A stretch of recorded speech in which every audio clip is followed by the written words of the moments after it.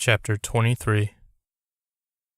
Deirdre landed at Augusta Regional Airport at Bush Field early in the morning, thinking about the story that would make her famous.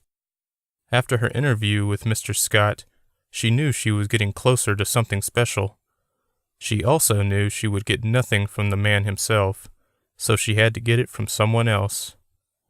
Ivy Peterson had been convicted of murdering her boyfriend a decade ago, right in front of her young son, who just happened to be Mr. Scott's nephew. That was a story in itself, but it had already been written several times. Deirdre was more interested in the connection the murder had to the author she was investigating. She knew there was a connection.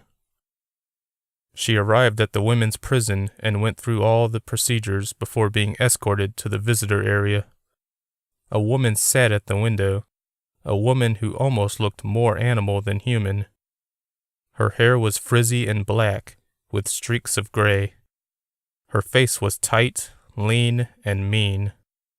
Her almond-shaped eyes made her look feline, the same eyes of little Connor Peterson. Deirdre sat at the window and picked up the phone. Ivy did the same. "Miss Peterson, thank you for agreeing to see me."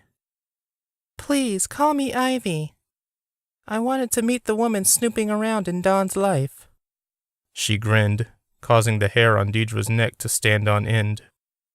She hadn't mentioned Dawn to Ivy, yet the woman had seen right through to the truth. "Well," said the reporter, "he is a fascinating man with a complicated past. He's very secretive." "Everyone has the right to be secretive," said Ivy, losing the grin. "You probably know more about him than I do at this point."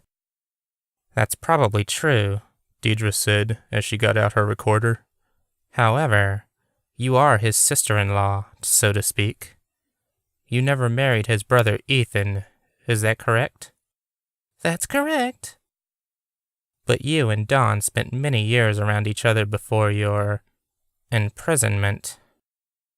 Ivy tilted her head to the side. "Are you implying that I hooked up with him?" "Not at all." That wasn't what she was thinking, but it was interesting that the woman went there. "It's just that you two had to have spent significant time together. You had to have come to know him fairly well." Ivy grinned again. "What are you after, Miss Marshall?" "Just the truth. Mr. Scott is a local celebrity who has come under public scrutiny lately. There have been several murders committed near his home, and I'm the only person who doesn't see them as merely coincidental." "Ah, I see now," Ivy laughed. "Do you think Dawn is a murderer?" "I don't know what to think." "Oh, come now. Yes, you do. Otherwise, you wouldn't be talking to a convicted murderer like me." Deirdre decided to change tactics. "Why did you murder your boyfriend?" "Because he posed a threat to my child." "You mean Connor?" Ivy twitched at that name. "Doesn't it bother you that your son is living in such a dangerous environment?" Ivy looked worried now. "I'm just trying to figure out what's going on," Deirdre continued. "Something dangerous is happening over there, and there are innocent people involved who could get hurt." "None of them are innocent," Ivy whispered. "What does that mean?" Ivy suddenly looked at her with different eyes.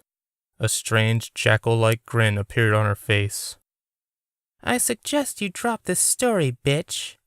You'll die if you pursue it further." Ivy's voice had changed. "What do you mean?" Deirdre tried to stay professional, despite the fact that she wanted to piss her panties. Ivy's eyes grew glossier, as if a light source was shining on them alone.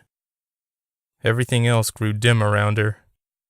"I know you'll never back down from this story, so all I can do is warn you.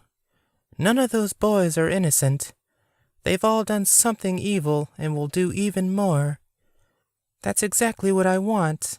That's the one way I can venture forth from this prison for good. They'll kill you if you get close enough. Your best bet is to stay away.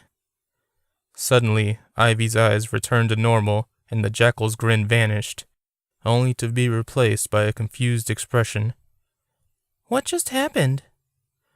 Deirdre didn't know what to think about what she'd just seen, but she knew she had seen something.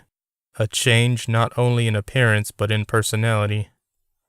She had just spoken with an entirely different person. Thank you for taking the time to speak with me, Ivy. Deirdre grabbed her recorder and left as quickly as her feet could carry her.